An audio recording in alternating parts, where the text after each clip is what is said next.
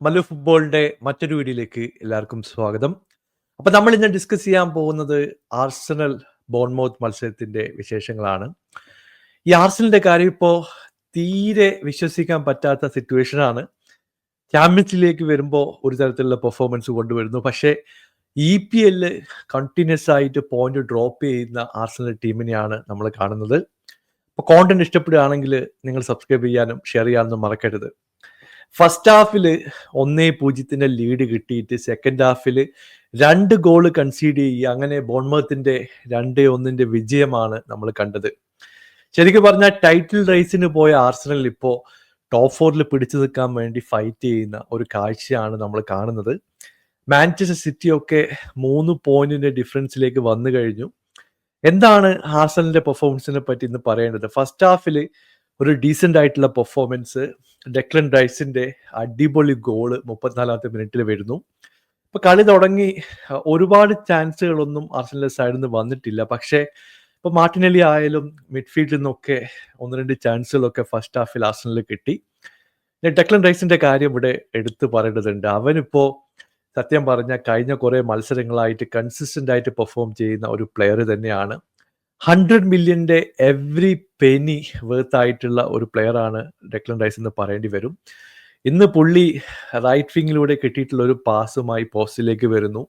Kepa ഈ ball save ചെയ്യാൻ വേണ്ടി മുമ്പോട്ട് വന്ന് കെപ്പയെ ഒരു ഗോ റൗണ്ട് പോയിട്ടാണ് ഡെക്ലൻ റൈസ് ഈ ഗോൾ സ്കോർ ചെയ്യുന്നത്. ഒരു ബ്രില്യൻ്റ് ആയിട്ടുള്ള ഗോളായിരുന്നു. അങ്ങനെ ഫസ്റ്റ് ഹാഫിൽ 1-0 ലീഡിലേക്ക് ആർസണൽ എത്തുകയാണ്. എന്നാൽ ബോൺമൗത്തിന്റെ സൈഡിൽ നിന്ന് 1-2 ഹാഫ് ചാൻസുകൾ ഉണ്ടായിരുന്നു. ഇവിടെ ക്ലൈവേർട്ടിന്റെ ഒരു പെർഫോമൻസ് എടുത്ത് പറയണം. പുള്ളിക്ക് 1-2 കിഡിലം റണ്ണൊക്കെ പുള്ളിയുടെ സൈഡിൽ നിന്ന് ഉണ്ടായിരുന്നു, പക്ഷേ ഫൈനൽ തേർഡിൽ ഈ ഷോട്ടുകൾ കൺവേർട്ട് ചെയ്യാൻ ക്ലൈവേർട്ടിന് കഴിഞ്ഞിട്ടില്ല എന്നുള്ളത് വസ്തുതയാണ്. സെക്കൻഡ് ഹാഫിലേക്ക് വരുമ്പോൾ ഞാൻ വിചാരിച്ചു ആർസണൽ കുറച്ചുകൂടി ഒരു ഇന്റൻസിഫൈ ആയിട്ടുള്ള പെർഫോമൻസ് ഒക്കെ കൊണ്ടുവരും, പക്ഷേ പെർഫോമൻസ് താഴോട്ട് പോയിട്ടുള്ള ഒരു സിറ്റുവേഷൻ ആണ് സെക്കൻഡ് ഹാഫിൽ നമ്മൾ കണ്ടത്. ബോൺമൗത്ത് നന്നായിട്ട് തന്നെ കളിച്ചു.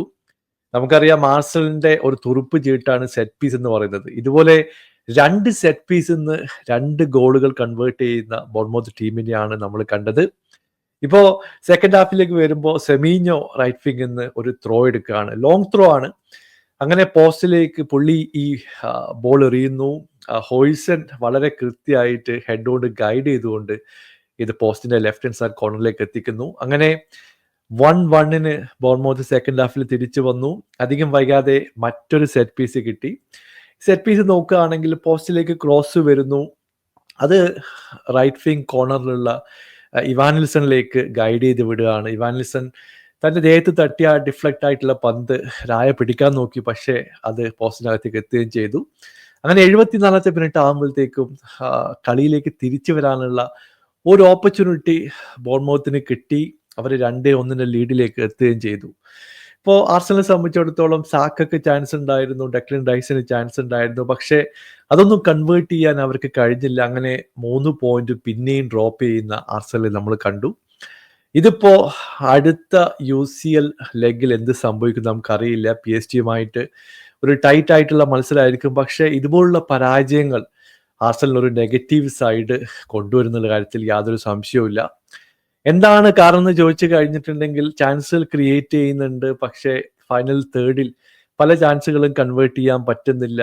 എന്നാൽ ഡിഫൻസിൽ സലീബൊക്കെ നല്ല രീതിയിൽ കളിച്ചു, പക്ഷേ ഇതുപോലുള്ള സെറ്റ് പീസ് ഓപ്പർച്യൂണിറ്റി ഒക്കെ കൺവേർട്ട് ചെയ്യാൻ കൊടുത്തു കഴിഞ്ഞിട്ടുണ്ടെങ്കിൽ ഓപ്പർച്യൂണിറ്റി ഉറപ്പായിട്ടും ഓപ്പോസിഷന്റെ സൈഡിലേക്ക് പോകുന്നുള്ളത് നമുക്കറിയാം. അത് തന്നെയാണ് ഇന്ന് സംഭവിച്ചത്. എന്തായാലും നിങ്ങളുടെ അഭിപ്രായം അറിയിക്കുക. പുതിയൊരു വീഡിയോയുമായി വീണ്ടും കാണാം. Thank you so much for watching. Bye for now.